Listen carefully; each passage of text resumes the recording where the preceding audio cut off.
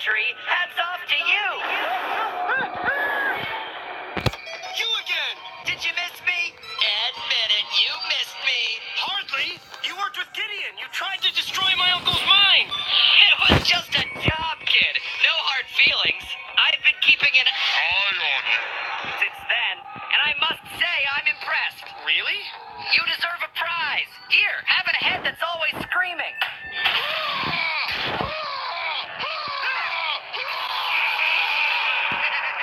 The point is I like you. How's about you let me give you a hint, huh?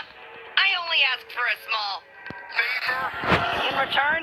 I'd never do a favor for you! Don't forget who defeated you last time! Right, you.